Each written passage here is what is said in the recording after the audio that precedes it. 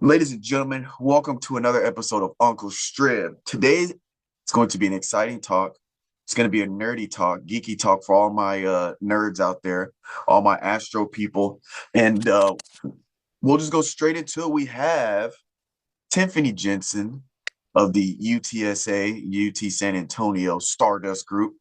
I was actually trying to find the logo. I don't have it on this desktop for the Stardust background, the logo. But let's just start off. Simple introduction. Can you hear me? Oh, well, it went through my computer for a second, but I My can check, start. my check, my check. I can hear you through my computer. Let me try this again. So sorry. Wait, that one? There we go. So, Tiff, why don't we start off with a little introduction? I kind of know a little bit of your background and stuff, but take us, what was it like growing up as Tiffany Jensen? So I was a military kid. I lived like all over everywhere growing up. I was born here in San Antonio, where we are right now. So I've got a bunch of family here, or nearby at least. But we moved like all over. I went to 12 different schools before I graduated from high school. Um, four different high schools. That was a lot, but also it like changed my perspective like of different cultures. I was exposed to a lot of different kinds of people, different Hmm. ways of life. And I think that kind of helped shape me um, a lot. Um, yeah, I mean that's just like a big part of who I am. I mean, if we're talking about like physics, astronomy, I know a lot of our peers have stories like, oh, well, my parents were academics, or I grew up in a um, household where we looked at the stars and we went on camping trips all the time, or we looked through Starbucks or whatever it was. A lot of our peers like have wanted to do this their entire lives, and that really wasn't the case for me. I didn't really know what I wanted to do. I didn't Hmm. really put a lot of thought into it. I mean, I always got A's in English class, so that was the class or the major, the subject that kind of had me like, okay, well, I'm gonna go to college, so English. I don't know. But I took a physics class while I was pregnant in high school. I guess I kind of skipped over that. That's also a big part of who I am. But Hmm. uh, I took a physics class while pregnant in high school, and I was kind of dreading it. Like when I had to sit in the counselor's office, pick through what classes I was going to take. Did not want to take chemistry. I'd already done that. I'd passed the class, so like the next option was AP chemistry, and I was like, nope, absolutely not. I hate that. I guess we'll do physics. That sounds awful, though. It might be worse, but I'll give it a try. We'll see. And then I loved it. I loved every part of it. I loved the teacher that taught the class. Shout out Dr. Burkett in Biloxi, Mississippi. Um, he's really who like made me fall in love with physics. He was just excited about it. The way that he explained things was funny a lot of the Hmm. times. And this is like deep south. Like there are definitely some sexist people out in Mississippi where I was. And I'd had like an experience in class where a student had been like, "You're the only woman in our lab group. You just need to stop Hmm. talking. Sit down and shut up while the men are talking." And I was like 7 months pregnant when it happened. And it got me so heated. I went to the teacher and he just protected me for the rest of class. And then when my senior year came around and I had to sign up for a science class again, I did say yes for AP Physics. Um, yeah, but that was like 16, 17. And even going into college, I was like, not physics. That's too hard. There's no way that I could possibly do all that. So I went in for like easier careers. I mean, not easy careers, definitely not easy careers, but I thought that it would be easy to get like a degree and get started in them, start making Hmm. money, Yeah. like nursing. I don't know why I wanted to be a doctor, to be honest with you, because that wasn't a quick one. And I changed my mind pretty quickly about that. And then I eventually fell on physics because I knew I loved it. And I was like failing at everything else. And I didn't understand why I was putting myself through all this if I didn't even love it. Yeah. So went to physics. All right. Now let's fast forward because you kind of took us up through the high school, kind of where it started for you. I had a very similar experience. When I was in high school, I don't know how your high school worked, but our high school we had like a kind of like an emphasis. So you would pick like after your freshman year, your sophomore, junior, senior year, you would have like these electives or an emphasis in your kind of diploma sort of. So I was criminal justice. So I took criminal justice one, two, and three through high school. And I was going my original plan, I wanted to be a forensic scientist, work in a police department doing forensics, ballistics, or whatever. And I took a senior year physics class. Shout out Coach Finley. He was also coach of the cross country track team. I took the physics class, and that's when I was like, "Oh no, this is it."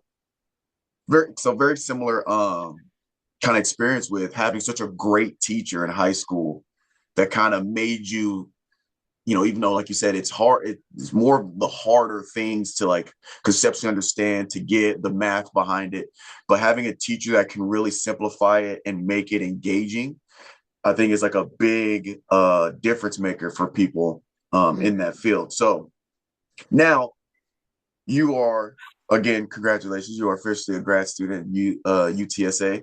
So kind of as like a for the people listening, kind of what do you research wise, what is your research and kind of what are you, obviously I know, but like what are you doing in terms of like on the modeling side, observation, stuff like that? Um, I guess I'm going to start at the beginning because I've done a lot of different things in Okay. this one group doing one thing. I'm just going to start at kind of the Yeah. beginning, but like we're on like the Stardust team at Hmm. UTSA with Dr. Angela Speck. It's lovely. Um, but I really just took an interest in it because of Angela. Like I heard her speak. I started looking up some of her talks, started looking up some of what she's done and kind of what she as a person stands for, because she's really open about it. She does not hide that at all. Hmm. And that had me like, wow, this is a really strong woman in physics that's like making a name for her. She has made a name for herself, and she's not afraid to like be herself. Like that's I want to be her when I grow up was kind of the energy when I Yeah. met her. And going to one of her, she had like a lecture at UTSA. We have these. I don't remember if it's the first Friday or the third Friday. I believe it's the first, but we have lectures, and then it's like an astronomy observing thing on the roof if the weather's good enough. But Oh, there's at I think it's least the a few years first. ago. I Yeah. don't know if they still do the lectures, to be honest with you, because I haven't gotten a notification about a lecture in a Mhm. while. But they used to have lectures once a month too. And Angela invited me to one of those. I came to that, and I remember arguing with this student in like middle school. Like she had told me that okay, I grew up really religious. I should probably preface, but she was arguing with me that like everything in the universe was made of stardust, and I was like, no, God made everything. But she was trying to explain to me, like, yeah, stardust. She was Yeah. trying to explain to me about how everything in the world is made, in the universe is made out of stardust, and none of that made any sense to me. Like, I was like, so you're telling me that, like, stardust came down to Earth and, like, made its way into my mom's womb, and I was made of stardust? Like, it just didn't make any sense up until I took that lecture, or went to that lecture of Angela's and read some of her papers, and it started to click for me that it's not that literal, and Yeah. this was more like indoctrination. I mean, it is everything is literally made of stardust, but it's not literally this floating magic thing that I was imagining when I was Mhm. 12. Um, yeah, and the interest I think that I took, had her like, yeah, come join my team. She explained to me kind of, what we do, had me watch some videos. And she gave me a star to model. The star was VX Andromeda.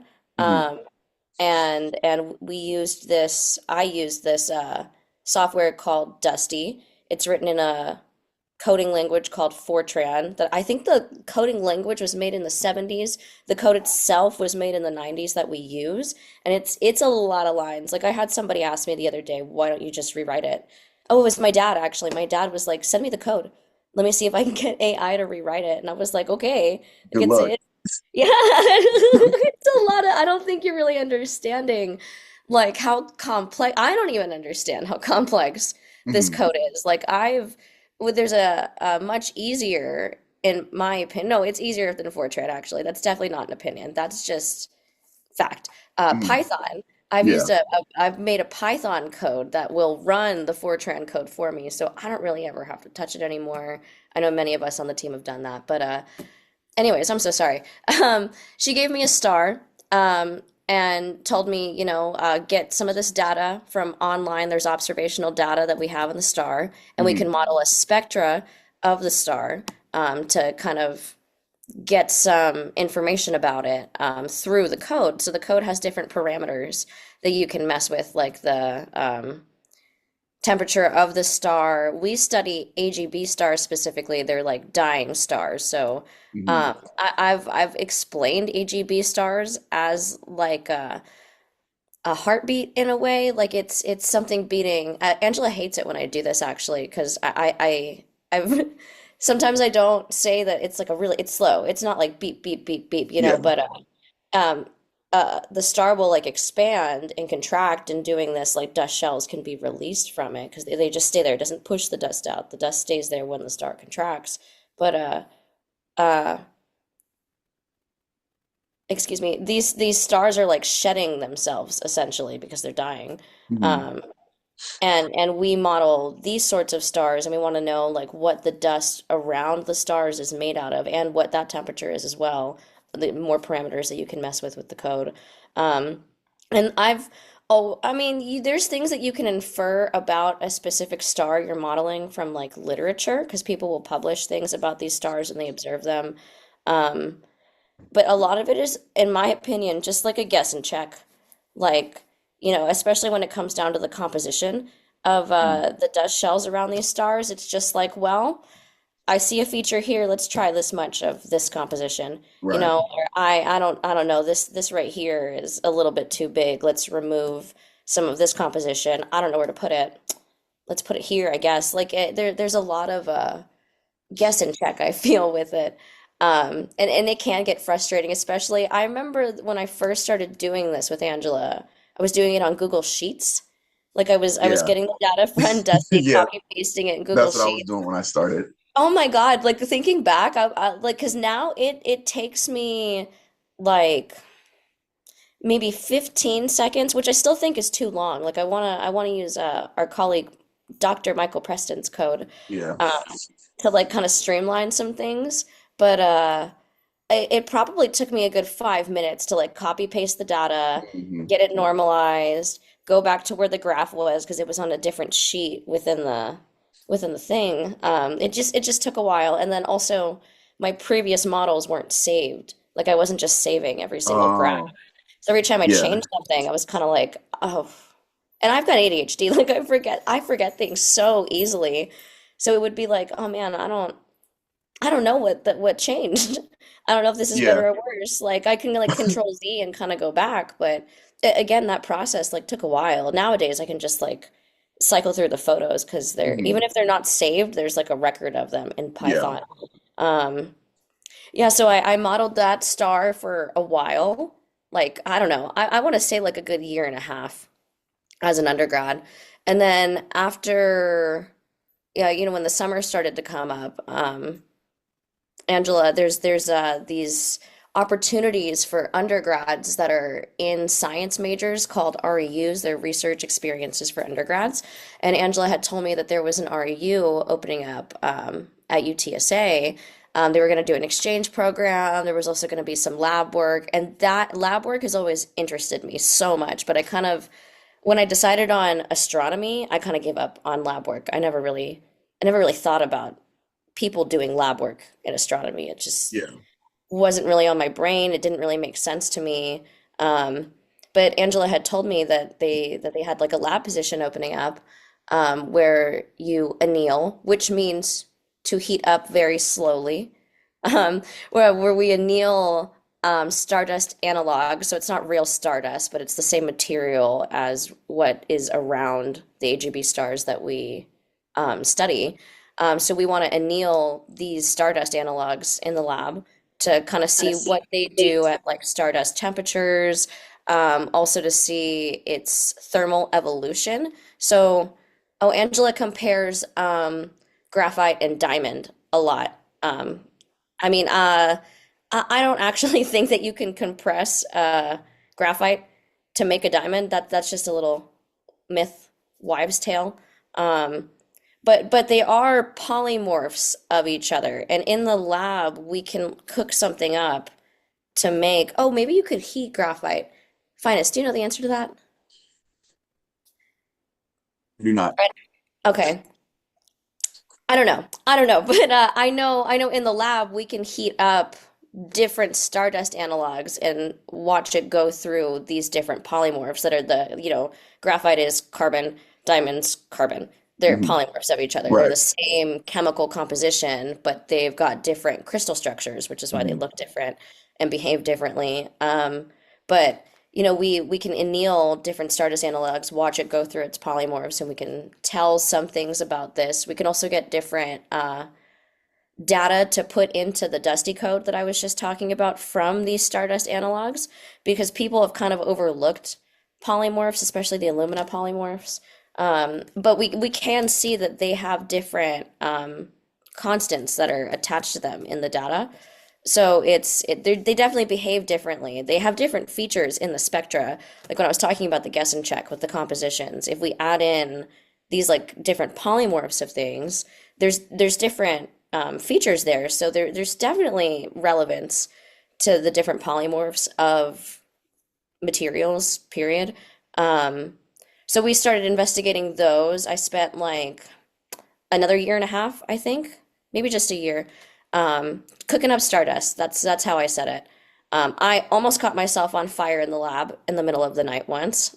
This was kind of a dangerous job because the oven, I mean, like they're dying stars, right? But they're still relative to us, that are like we're like 98 degrees Fahrenheit, whatever that is in Celsius.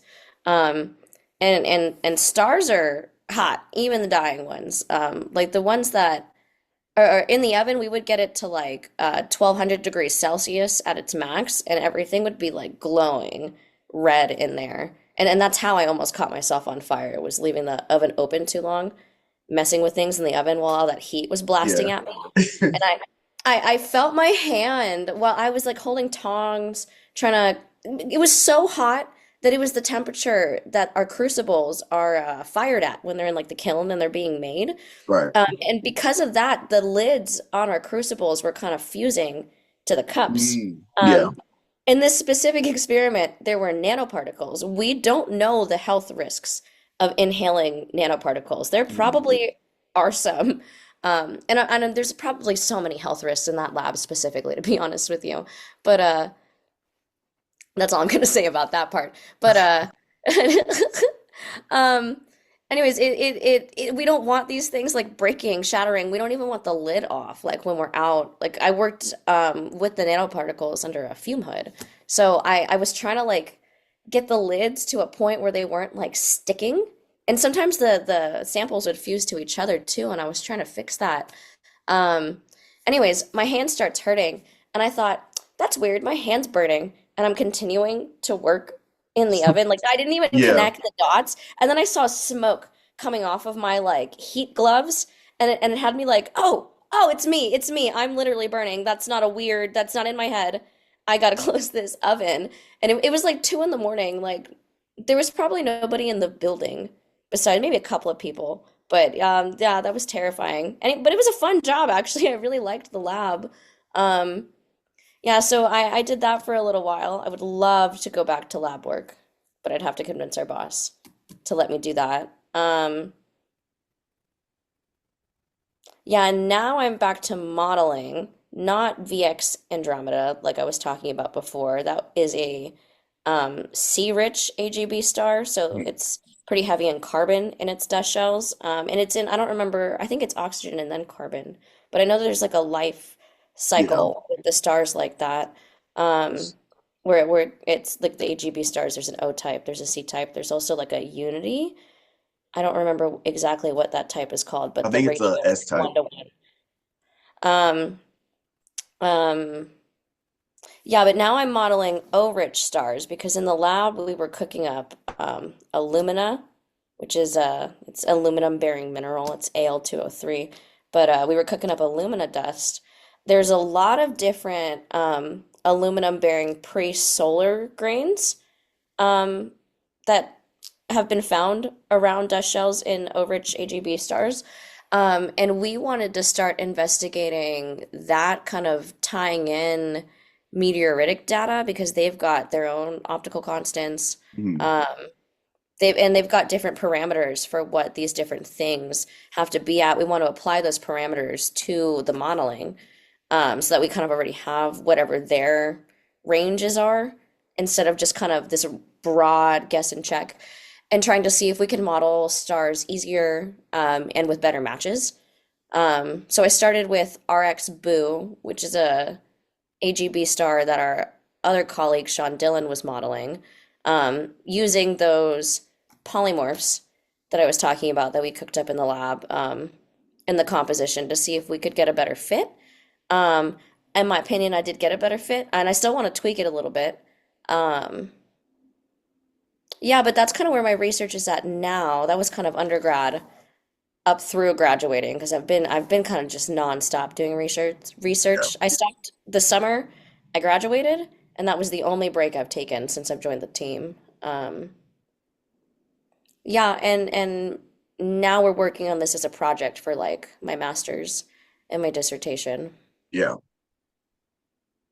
That's fantastic. Again, I knew a good majority of that. But now Yeah. my question is, what's so like what do you want to so let's like kind of move forward a little bit. Like when you graduate, what's the plan? Do you have an idea of academia, industry? Ideally, like what type of position, and do you want to do mostly research, only research, research and teaching? Like what's the end game for you? So I like academia. I've kind of made the joke that I'll always be in school. Like I'll Mhm. always be learning. I don't really ever want to leave school. And a lot of my friends think I'm crazy for that, but it's just a comfortable environment for me. I've just always liked school.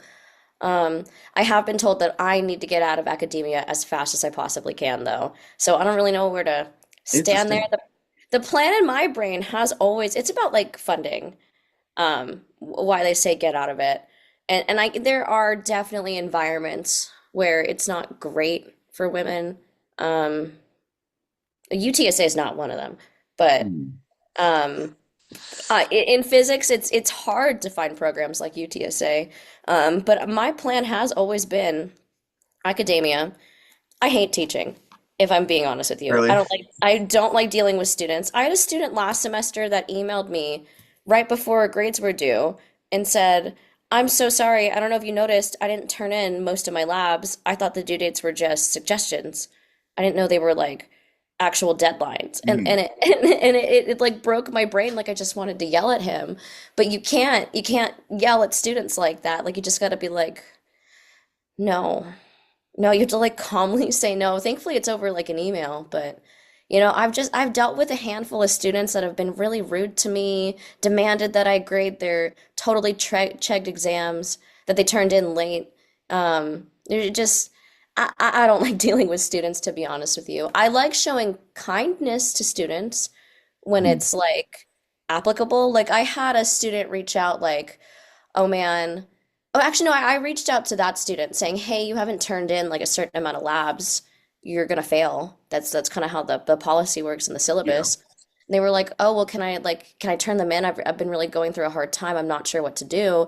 And I ended up sending them like kind of a long email, like, "No, I'm sorry, I can't do that. I don't have the because I'm just a TA. There's somebody above me.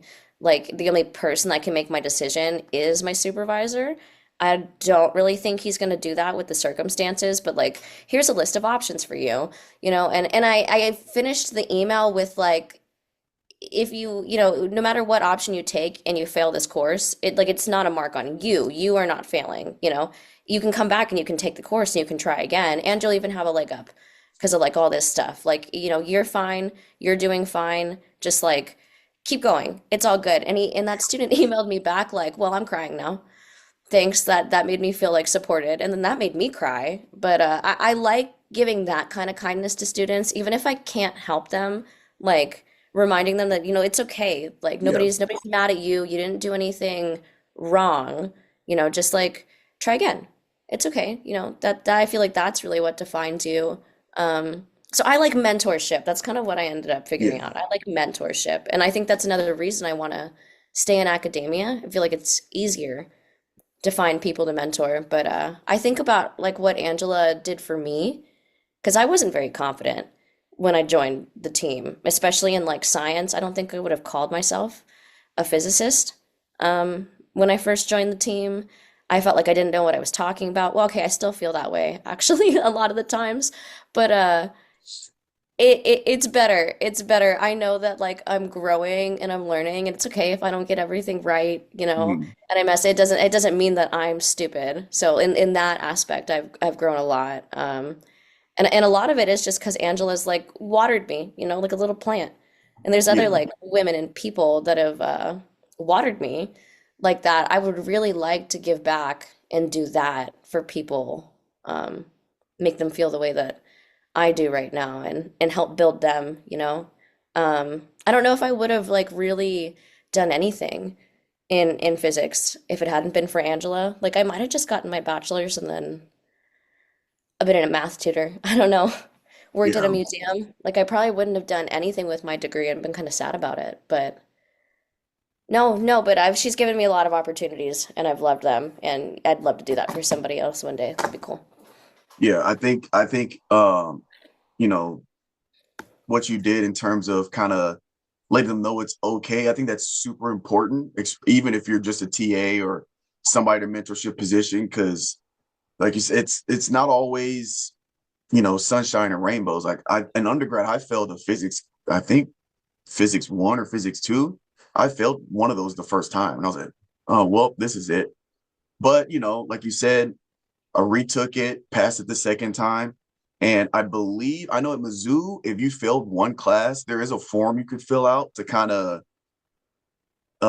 there's like a form you could fill out to where if you took it the second time and you passed it, it kind of gets waived. So there are resources. And I think that is important. People that are like their passion is physics, but maybe they fail a lab or fail a course. It's okay. One time is okay, at least, two or three times, you know, might be a different story. But even then, you can still bounce back You from. can. I'm evidence of it. Actually, I'm like a little bit nervous about putting this on the internet, but I'm pretty confident my parents are not going to find this because I'd never told them this. I like made up a story. Anyways, so I had a bunch of different majors leading up to physics, right? I failed a lot of courses, like a lot of them. I think I failed Cal 1 twice. And I remember I got put on academic probation on a spring semester. It was like it was like a semester, so the summer counted. So I just went back in the fall. And I remember I didn't realize that when I took calculus that second time, I didn't realize that it was a 4 credit hour class. So I was trying to like determine what my grades needed to be to stay in school and to like help my academic probation, what's like the minimum.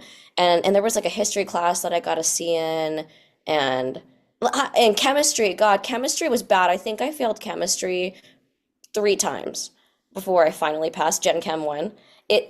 I'm still to this day, I hate chemistry, and there's another story for Gen Chem 2. But uh um yeah, but I remember when my grades came back and my GPA like updated, it was below what it needed to be for me to stay in school, and I got kicked out for a whole year. And I was like, well, I don't know what to do. Like, I don't know what to do. I don't want to tell my parents about this. Still haven't, and it's been years. Um, I'm just gonna go to community college for a bit and tell them that it's so that I can get those calculus credits, Mhm. because I can't do it at UTSA. Like, it's impossible for me for some reason. And I did actually pass all those classes. I passed calculus 1 and 2. I don't think I had time for 3. And then COVID actually hit that semester too, that I started doing community college. I am really grateful for that. I actually think you should be going to community college first and then university, unless there's some sort of scholarship reason, just because they're easier there. It's not so intense. And you don't need it to be that intense straight out of high school or straight out of whatever you might be going through when you enter college. Like I think you should start with community college. That's just my opinion. But then I came back to UTSA um, after the academic probation, and I still I think that was actually when I came back. I passed Gen Chem 1 because I still didn't pass it when I was at the community college. Um, I gave Gen Chem 2 a try, couldn't do it. So I just studied my ass off for the CLEP, and I passed the CLEP, and I got the chemistry credit that way Yeah. that I needed to graduate. I think I failed quantum mechanics twice.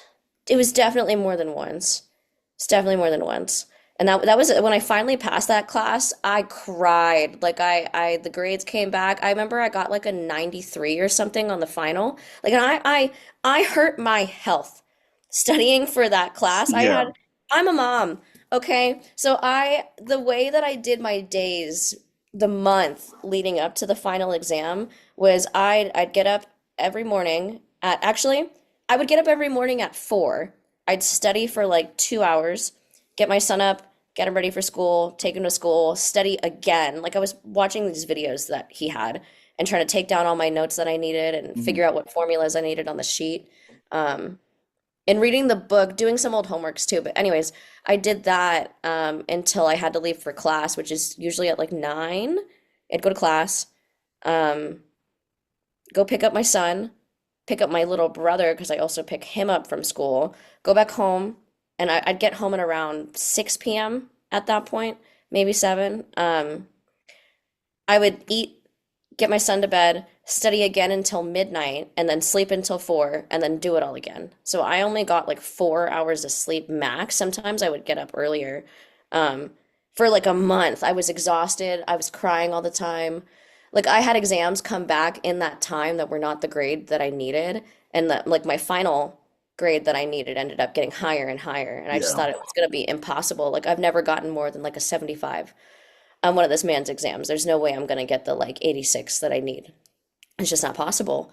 Um, no, but I really worked. And then when that grade came out, when it said 93 for the final, I emailed him and I was like, "Hi, I need you to know I'm not complaining. I just wanted to make sure that the grade that was put into the system is correct and that I did indeed pass this class." And he emailed me back. It was like, "No, no, you did. I was really, this man does not give compliments. He's mean. He's very mean. I think he enjoys bullying students, to be honest with you." But he emailed me back and told me he was impressed with me. I made a joke about printing out that email because it was very nice of him to say that. And I can't believe I did that well. I still kind of can't believe it. I don't even remember a lot of it, to be honest with you. Like any of that period of time, just don't remember it. Yeah, yeah, but yeah, lots of failures. Definitely lots of failures. But I've made good relationships with faculty at UTSA, like either Mhm. by working for them as a grader or by encouraging their students, or just like personal conversations I've had with them. And I had 3 people when I applied for grad school at UTSA, on the committee stand up for me when some of the people on the committee did not want me to get in because my grades were as terrible as I just said they were. Mhm. And that whole history too.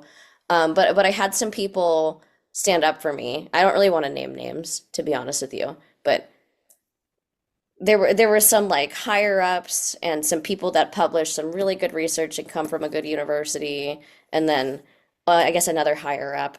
Um, but yeah, I think that them standing up for me and things that I did that way, got me into school, got me into grad school, at least. Like there were other ways that I showed my merit. Now I've gotten A's and B's in all my classes. There you go. So I'm going to be applying for the PhD program, and Angela's pretty confident I'm going to get into that. Because that was their only complaint was my grades, and I've proved them wrong. The people that got, yay! The people that did not want me in got proven wrong. So, and you know what? That's how I thrive too, as villains. Oh, 100%. Great motivators. Yeah, they really are. I don't know if that's toxic or not. I mean, it's not like I am actually going back and rubbing it in their. Okay, wait a minute. Once I did that. But most of the time, I don't go back and like rub it in their face like you were my villain and you motivated me and screw you. Um, I usually, well, I mean, I'm always doing it for me, but I usually just let it go. Those people Yeah, usually just leave my life, to be honest with you. Like I'm not connected with them anymore, or around them anymore. So, yeah. Quantum is tough. I actually found, oh, maybe earlier last year, I found my E&M homework from the first uh couple semesters of grad school. I was mhm. reading it. I was like, I have no idea what this any of this means. I I and I feel like that's part of the problem with some curriculum is like you study for the test, you study for the exam. You don't study to like retain the material. So as soon as that class is over, I passed it.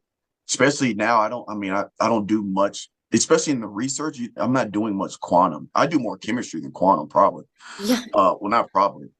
So it's like a lot of stuff just leaves your brain. And then if you do need it, you kind of just go back and learn what you need to learn for your research and kind of move forward. And yeah, that's one motivation for me is I want to one of my big dreams is I want to like set the standard for how curriculum should be nowadays.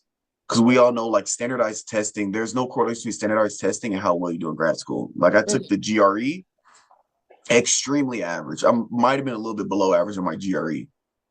Um, and test score is not impressive. And like you said, making connections with the right people, that's kind of how I got into grad school. Because if you're going off just my GPA and my test scores, probably wouldn't get in. hmm But like you said, there's other ways to show your merit and how you can contribute to the science community besides just a test that you take. yeah. My CV looked good. I'll say that. My transcript, Oh yeah, but my CV, that looked good. That looked really good. yeah. Building that CV is crucial. I have news interviews on my CV. Yeah. I do want to take this time real quick to shout out our boss, Dr. Angela Speck. So if you guys want to, she has a lot of like educational videos, things like, I mean, she's got 132 videos. If you want to check out at Angela Speck _ Stardust Speck, she has all kinds of stuff here, different videos and playlists. If you Google her, she's got all types of interviews and stuff she's done on the news. So again, shout out to Stardust Spec. So I wanted to take time to shout that out. Now, I want to talk a little first before I get to this next one, because you talked about kind of the struggles you had being a woman in physics. And I can kind of relate from a standpoint of being a minority, because I think in my undergrad, I don't remember if I had a black I'm trying to think. At Mizzou, I don't remember ever having a black teacher or professor. So what if as deep as you want to go, if you don't want to talk too deep about it, that's fine. But what are like the struggles that you've had to face or things that people might not think about or realize about being a woman in physics? Yeah. So I mean, I told the story about high school, but even more recently, this was actually also it wasn't a physics lab class. Like it's not the ones that we TA, but it was a lab day in a Mm, physics class. So we went to the lab. And we were just, taking measurements and stuff. And me and the girl next to me were really enjoying getting to know each other. We were also doing our work, but we weren't like serious. Like we weren't like just solely focused on the work. We were getting it done while also having a conversation. And there were two other men in our group. Um, and me and the other woman are like measuring things. It was like an optics bench, and we were measuring like focal points and distances from the light source. But I remember we made a measurement and we told the guy, one of the men in our group, like, oh, it's this, it's 17 centimeters, whatever. And he looked at the man next to him and was like, will you measure that? And asked him to like remeasure it. And it was 17 centimeters, but it had me like, mm, okay. Like maybe it has something to do with us talking, but it's like there have been a couple of times where men in labs specifically will like double check just to make sure. And you notice that they don't do that to their male peers. Yeah. Um, I remember I was having a conversation like this with another woman in physics, and she shared with me that in her department she had been in the lab doing something, and I think she pulled like a screwdriver out from the toolbox or something, and the man had asked her, do you know how to use that, or do you want me to do it?" And it like it had her like, excuse me, like it's a screwdriver. Yeah, I know how to use it. It's just kind of mostly it's like microaggressions nowadays. Mhm. Like I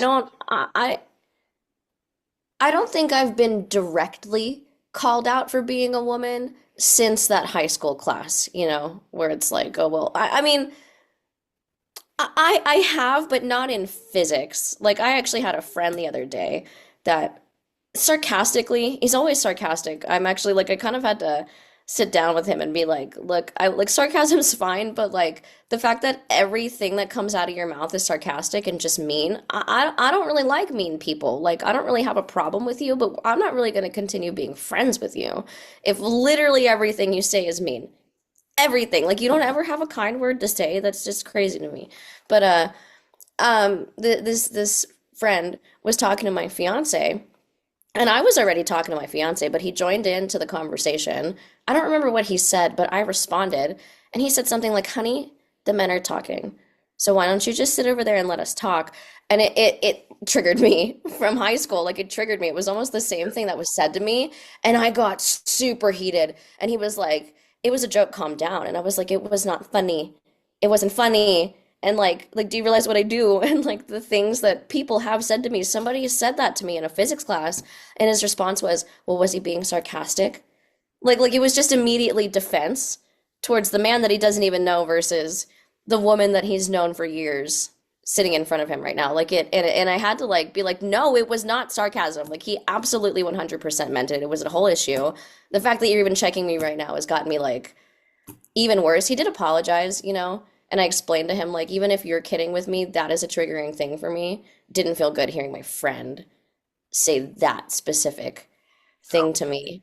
Even my best friend is a physicist, and he's even got moments sometimes where, I mean, I don't think he necessarily does it in a physics or an astronomy setting, but he does just always kind of check me on things that I like normally do. Man, I can't even bring an example right now. It'll be like I don't know where my keys are. I lost my keys. And I'll be like, "Well, did you check the hook where they hang?" And I'm like, "Yeah, yes, that was obviously the first place I checked, I don't know if other people do this to others, but it does make me feel like patronized when that I'm not going to name his name. You know him though. I'll tell you that. But he'll do things like that. I even remember this one time I really wanted to go do things with my fiance for my birthday. Like I specifically was like, I want to go do these things with him. I've done birthday things alone prior to him. I've just gone out and been like, screw it. I'm gonna do all these things alone. But now I have a partner, so I really want to go do them with my partner. Screw the being alone thing. I mean, it's fine, but I want to be with a person now. Um, I do many things on my own though. Um, and a friend we were actually at a comedy show, and the comedian had said something like, "Raise your hand if you're an independent woman." I raised my hand, and the comedian's joke, it was funny, but he was like, "Okay, man, you know who to avoid now." But I raised my hand, and the friend that was with me like poked me, and he's like, "Put your hand down. You're not independent." And I was like, Excuse me? What do you mean?" And he's like, "Well, you want to do things with your fiance all the time. You're not independent." And I was like, I don't, what do you mean? I also do things on my own all the time. I just wanted to do things like I made the comment about it like the day before about doing things for my birthday.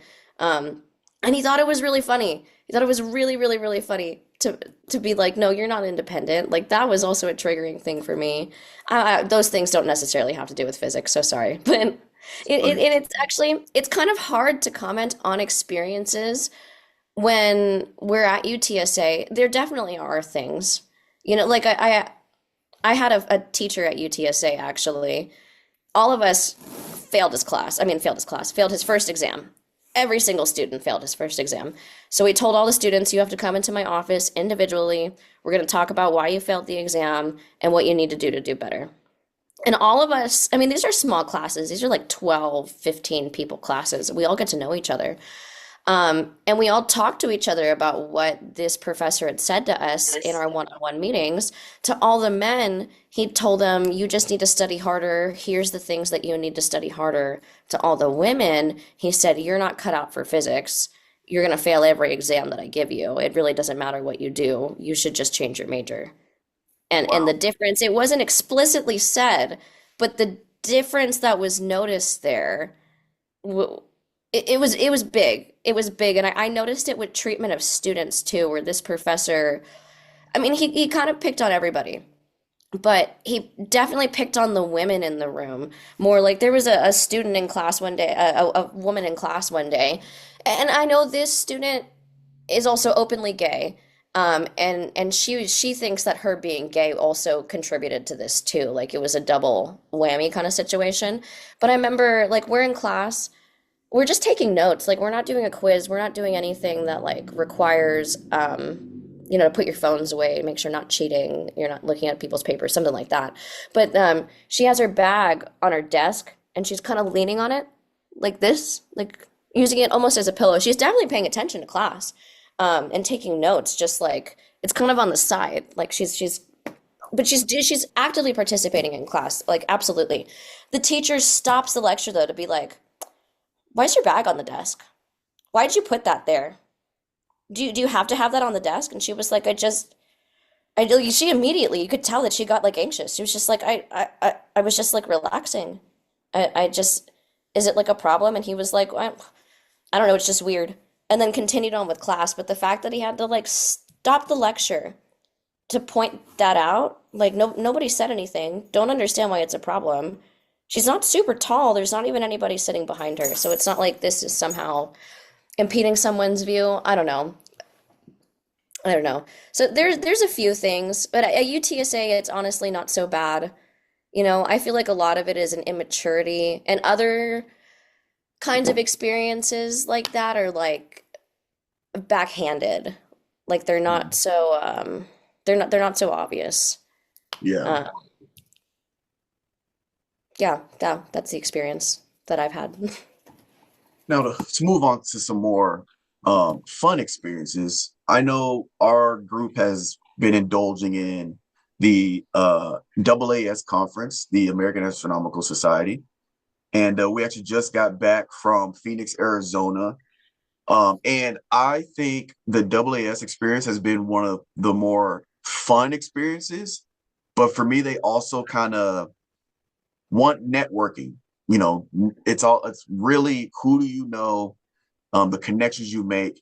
And I know for me specifically, I always get some type of perspective or some new insight that's related to my research that kind of get me excited. I kind of get revigorated and re-energized about when I come back. Okay, I know like I get this. I'm gonna do this perspective. I got some good notes from somebody. How has your experiences with conferences in general, because I know you've been to some outside of AAS, good or bad, how has conference experiences and and getting in front of people and publicly communicating your research been for you? Ooh, here and there. Definitely here and there. I think I Mm. should talk about my first conference experience first. If I remembered the woman's name that made this an awful experience for me, I would absolutely name drop her. I don't remember her name though. But she got reported, so oh, if that was loud, so sorry. Um, uh, anyways, I'm just gonna send a quick text. Because Tiffany's. it is somebody that's off of my D&D. That's just texting me random stuff right now. Anyways, sorry.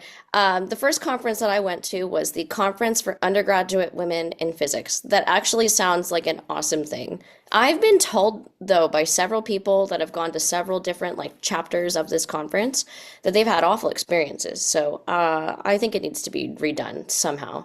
But there was a panelist at that conference, so she's I forgot what the panel I went to was that she spoke about, to be honest with you. But most of these talks were not about science, actually. They were just about being a woman in a male-dominated field, like imposter syndrome, time management. Like it was mostly just like emotional skills, really, to learn. And that the talks actually were really good. I remember getting a lot from them. They provided food, they provided the hotel, they would reimburse you for transportation if you sent them like your receipts or whatever. So it's on paper, it's actually a really good conference, but there was a panelist there. I presented my research for the first time, thought it would be a really good practice. Kind of for me, it's only undergrads here that are presenting their research, so I don't have to feel like anybody's like out of my league. I also had like a friend at the time come with me and present the research with me too. So I kind of had like I had a friend, I had a buffer with me. She wasn't super knowledgeable about everything. Like most questions she just redirected to me, but just still having her there to bounce off of or to Right. talk to in like quiet moments. It was really nice for me, and I was really grateful for that. But this woman that's a panelist then comes up to our research, and me and my like partner in this, we like just started out, so we don't know everything about AGB stars. I still don't know everything about AGB stars. I would know how to combat this situation specifically now, but Tiffany then did not know how to combat it. So this woman comes up to me and she looks at, the parameters that I said I put into Dusty. She sees the dust shell compositions and she sees that my like iron composition is something like 60%. And she's like, "What's this? This is ridiculous. You're saying your star is 60% iron?" And I really wasn't totally aware that we were talking about dust shells. I thought we were just talking about the whole object. So, and I didn't know how to like say that. I mean, we are just really talking about dust shells here, but I had said something like, well, I mean, it just worked in the models. This is what worked for it to fit this well. I don't, I'm not even really sure what you're like referencing right now. And she was like, no, like stars, if they've got any amount of iron in them, they're dead. They're just dead. Like it's not even possible for them to be bright enough this far away for you to get observations. So this is just nonsense. All of this is just nonsense. Does your advisor even know that you're here right now presenting this and you put her name on this? Like, or what, you just came here without her permission? And I was like, I don't know. And this woman has a doctorate. She was one of the panelists. She was like giving me advice earlier. I mean, giving the whole room advice, but like she was somebody that I saw as like authoritarian, in a way. And I remember I messaged Angela right then, like, oh my God. She didn't check my poster before I went too. Like I remember being nervous about that and her just being like, "You're fine. You're fine. It's fine." So that made me more nervous. Like I was like, oh God, I really didn't show her my poster. So I was like, okay, here's what just happened. This woman said that my star has too much iron, that my star's dead, that this is ridiculous, and that I just put out bad research. What did I do wrong? And Angela, like, she got pissed, not me, right? But she was pissed. She was like, this woman at this undergrad conference just like cornered you, talking to you like this. She looked up this woman's CV, her whole employment history. Don't know how she found the jobs that she applied for and didn't get, but somehow she had that information when she texted me like 20 minutes later. Like this woman has no background to be telling you about this. Her research had nothing to do with stars or dust. So like for her to comment on it like this and to say such mean things to you is absolutely ridiculous. She reported her to the people that ran the conference, and she went on a Twitter rant about this woman. But that was my first conference experience. Not fantastic, but it was great that my advisor stood up for me the way that she did, and that was a good experience. So everything outside of AAS has been awful. Oh, it's just one thing, right? But the one thing outside of AAS was awful. presenting at AAS, I mean, I have had people that kind of question me. Nobody has said anything to me like this is ridiculous. This doesn't make any sense. Like people just ask me questions like what is this or what are you doing here? If I'm not quite at their knowledge level, they might fill in some gaps for me. Um, I mean, I have had some almost aggressive experiences where people have been like, "So what's the point of this?" But like, why? Okay, anyways, and then they walk away. But it's that's it. Like that's as bad as it really gets at AAS. I'm always nervous. That's not true. All but when we were in Alaska, I've been nervous to present. Like I just feel like somebody's gonna say something and I'm gonna get called out for not knowing certain information, or I'm gonna feel stupid. There's so many like anxiety scenarios that run in my head prior Yeah. to presenting, and that happened in Phoenix for sure. But in Alaska, I've had presented that specific presentation. Oh, I have had one other thing. I'd presented that specific presentation several times. I'd even used it as a final for my last semester in undergrad because we were told to pick any like astrophysics topic and present on it for I think it was 7 minutes. And I remember telling it was the teacher was Eric Schlegel, but I remember telling Dr. Schlegel like I'm winging it. I'm winging this right now. And he was like, I don't think you want to tell your professor you're winging your final. And I was like, look, I'm not saying I don't know the information. I'm just saying I haven't practiced this because I mixed together I've always presented the lab stuff I was talking about earlier and the Right. modeling separately. Like Mm. this last presentation was the closest I've come to really unifying them in at a conference. But I always end up talking about the other one. You know, when I've done modeling, I end up talking about lab stuff and what people are doing in the lab. When I present lab stuff, I talk about modeling. And like that's what it can be important for. But I decided I'm just literally going to pull up my posters that I've done on these two different things and go back and forth talking about them and how they relate to each other. And I can literally go any amount of time. I can be 3 minutes, I can be 15 minutes. It depends on what you need. Like I'll go last and we can figure out how I fill out the rest of it. But I actually did really well on that presentation for class. But I kind of had the same energy in Alaska because I've just done it so many times.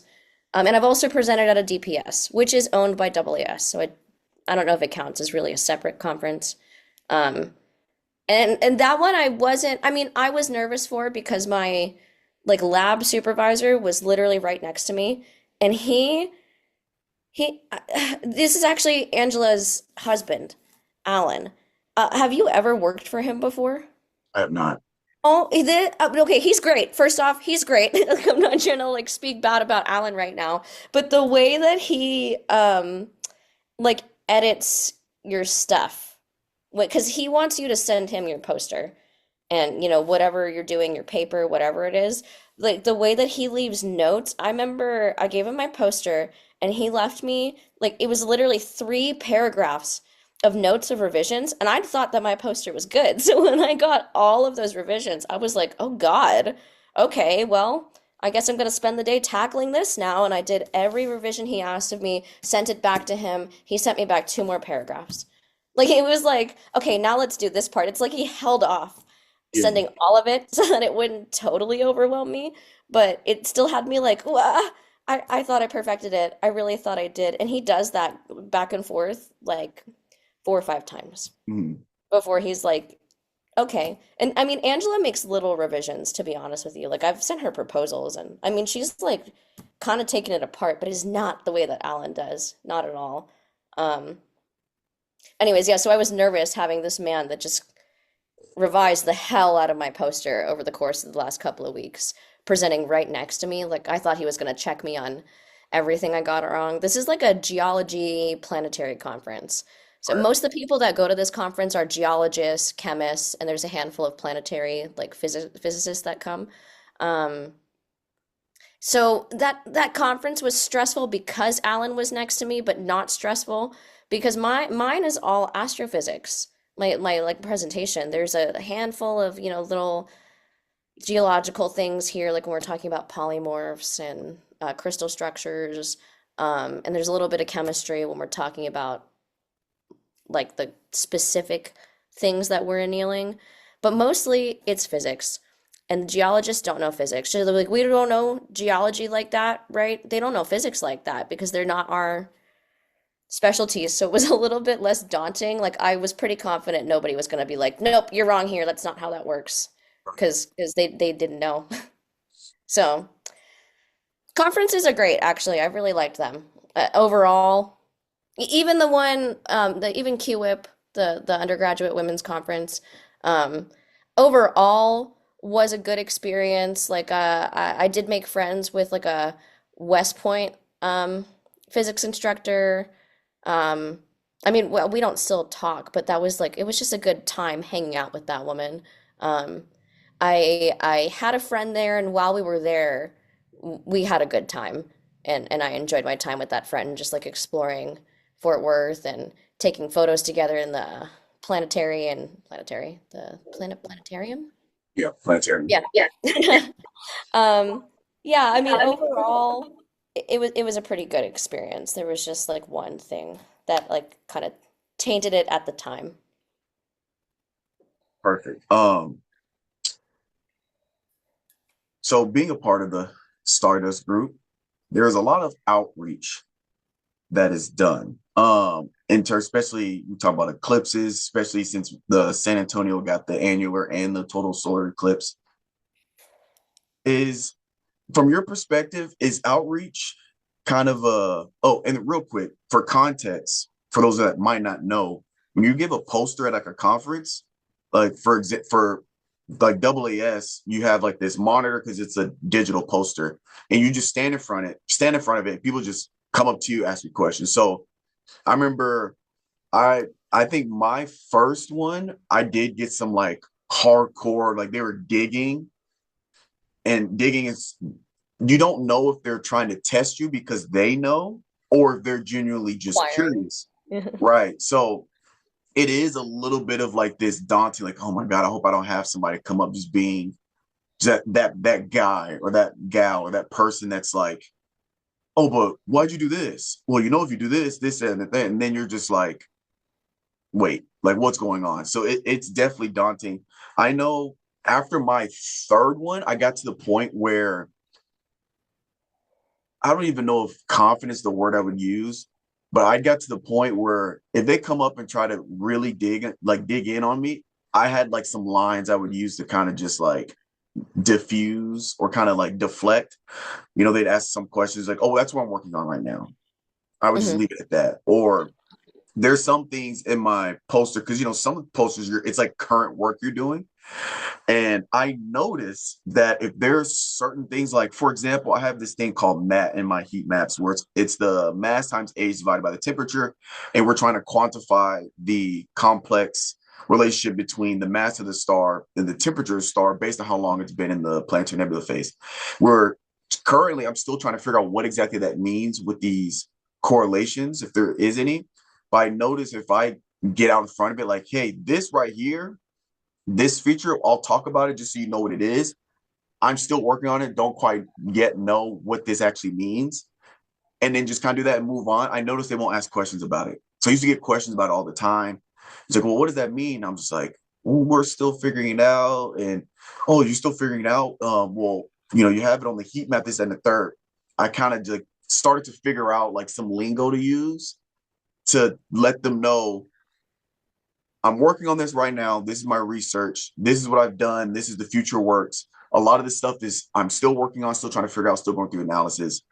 And I noticed that for me, that kind of calms down those nitpickers or whatever. Hmm. Um, but outreach for me personally, outreach is a big part of one of the things I want to get into. Hmm. How is your experiences with outreach in the Stardust group? How does that help you? Does it do you have interest in doing it after graduation, stuff like that? Yeah, I've done under Angela, right? I probably wouldn't have thought too much about outreach prior to her. Like I just wouldn't have really thought about it. I mean, if I would have gone to conferences without her, it might have popped up because I definitely have done some outreach, like just started projects on Mm. my own. Um, like actually there was the biggest project I did during the eclipse was definitely something I just started doing. Like Angela didn't ask me to do that or direct me to find something. I was just like, this is cool. And then when she started paying me for eclipse stuff, she was like, I'll pay you for that too. Um, but we went to my first AAS in Albuquerque. There was this woman, Sherilyn Morrow, at Southwest Research Institute in Colorado. Love her. She works for the Punch outreach team. Um, she the Punch mission is about putting satellites up over the Earth to monitor the solar corona. Like it's about monitoring the sun is the whole gist of it. So she started outreaching to like the Native American tribes um, in America, really, but mostly I guess in the New Mexico area. Um, and figuring out how they watched the sun, and observed it um, in ancient times and now, how that's like carried over culturally. And I mean, they learned this thing that during the eclipse, this was actually super fun to do. But if you like get small enough holes in between your fingers and let the sun go through those holes, like the light from it, you can actually see the shape of the sun. So during the eclipse, we saw like it looked like a little moon, bunch of little moons on the ground, and that's how Native Americans would view the sun in ancient times. And now, actually, they still definitely do it now. Yeah, but she brought these. She also wanted to start involving blind and low vision learners into solar watching because I mean, that's like a whole population. I think it's something like 1 to 2% of the nation that's blind, but that's like a whole population that you're cutting off from solar watching, and there are people that are interested in that. You don't necessarily need to see to do these things. But she made thermal forms, so they're like raised, it's almost like a piece of paper. I mean, it's plastic, but it's thin enough that it's kind of like a piece of paper, and it's raised so that you can feel out details in a photo. And a lot of different institutions have started implementing thermal forms, actually. Like Chandra at AAS had some thermal forms with Braille describing different images and what the different textures of the image were. They did a really good job at their images, actually. Um, anyways, so Sherilyn brought these thermal forms, and I was just immediately so interested in them. Like I had never met this woman before, but as soon as she was done with her talk, I like mesmerized, walked up to the front where she was and just started playing with the thermal forms. I mean, she invited people to do that, but I was very interested in them. We connected that way. One of our colleagues, Cody Cly, was already connected with her, and I didn't realize that when I approached her, but I think that kind of helped my connection with her, that me and Cody were getting closer, and I was interested in these thermal forms. So I believe she actually sent me back to San Antonio with thermal forms. And she's continued to give me updated versions every time I see her. Um, and they've gotten better. They've definitely gotten better. But I took those thermal forms to different blind like clubs and institutions around San Antonio.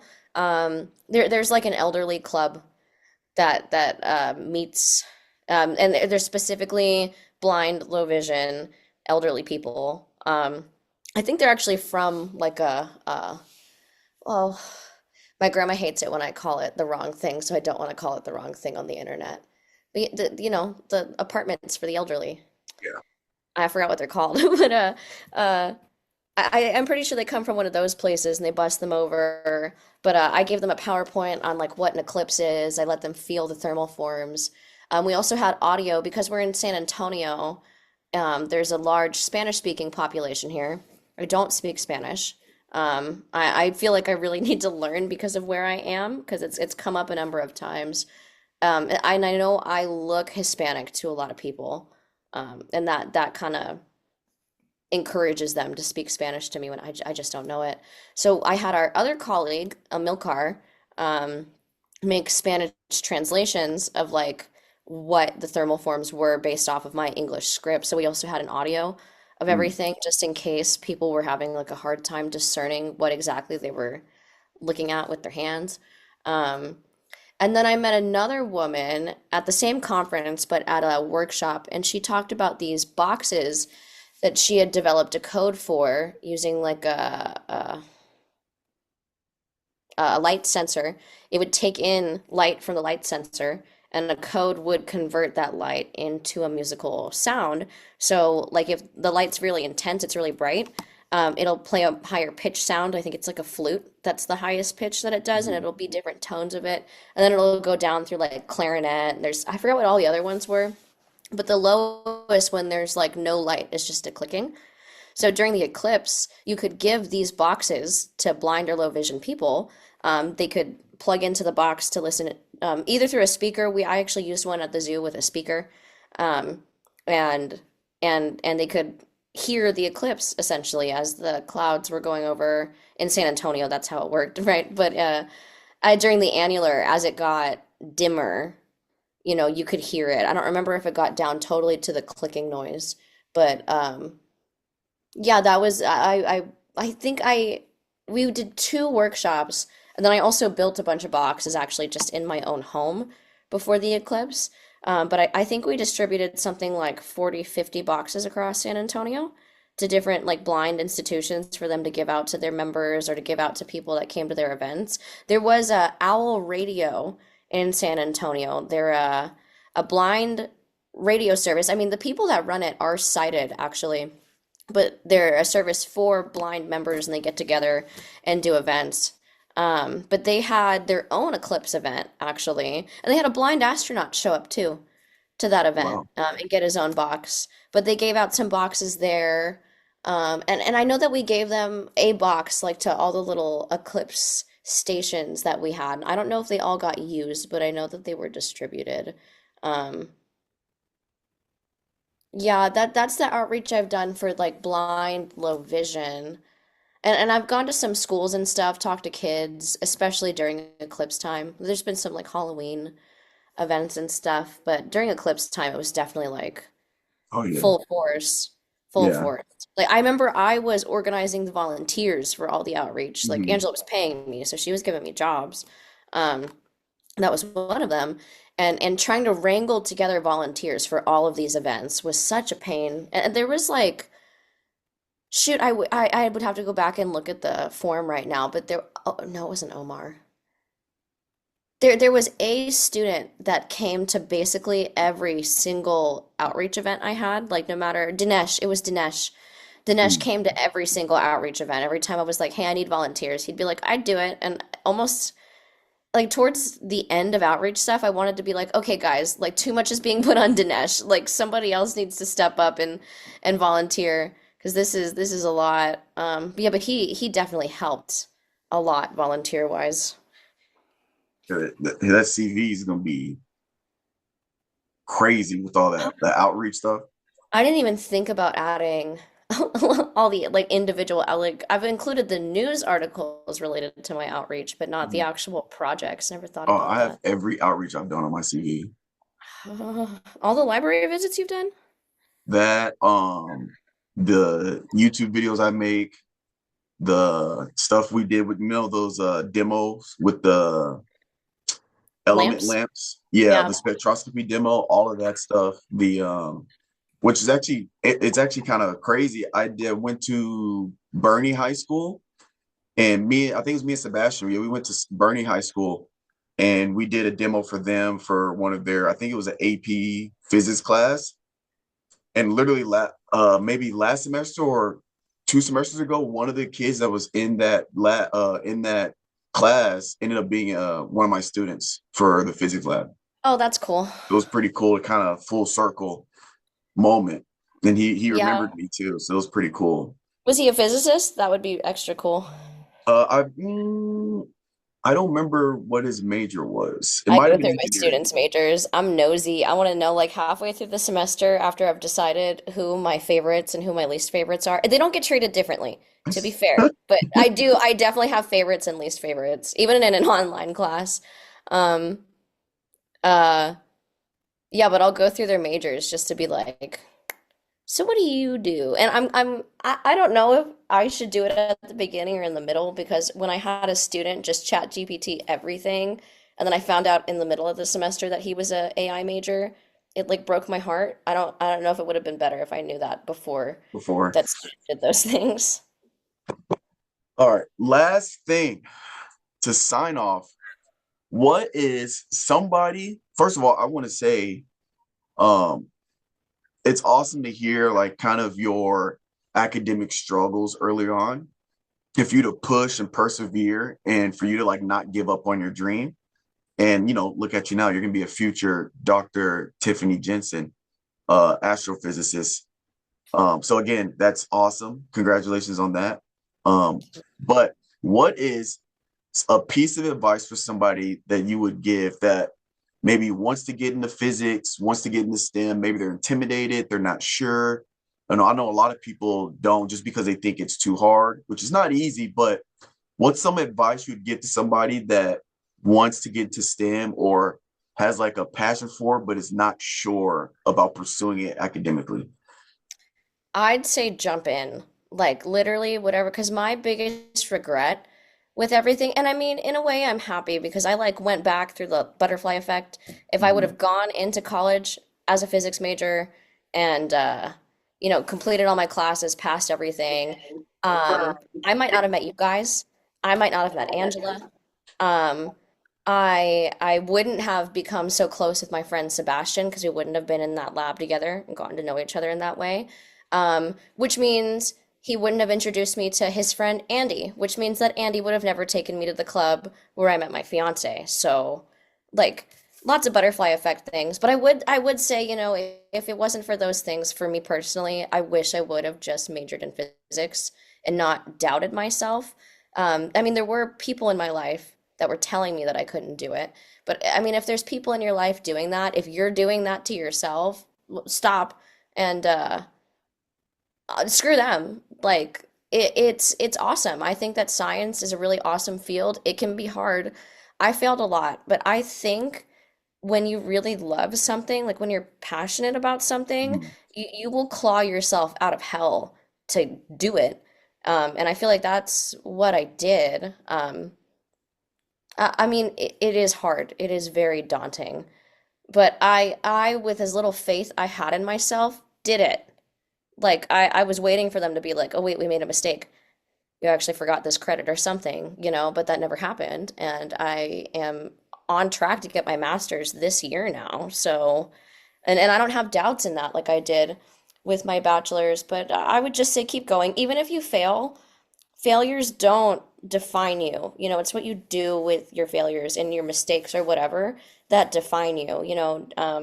If you love it, don't give up. And this is an awesome life. I posted recently our trip to Phoenix, and I had people commenting on it like, "Oh my God, you look so happy," and I am really happy. Like my life is not perfect. I don't think anybody's life is perfect, but I love my life. Like I wouldn't trade the life that I have um, getting to talk about science and just be myself in the astronomy field. You can be weird, you Yeah. know, you can be a little bit quirky. It's fine. Nobody really judges you for those sorts of things, but I feel like I can just be me. And even if it's judged by some people, screw them. It really doesn't matter because I've got a group surrounding me that I know love me for me and that appreciate the person that I am. So do it. Don't give up. Failures don't define you. 100%. Ladies and gentlemen, first of all, I appreciate you taking time, getting on the pod, kicking off the first Uncle Strib of the year. And it's going Yeah. to be the first science talk that I put on my professional YouTube page. So I, again, thank you. And ladies and gentlemen, Tiffany Jensen.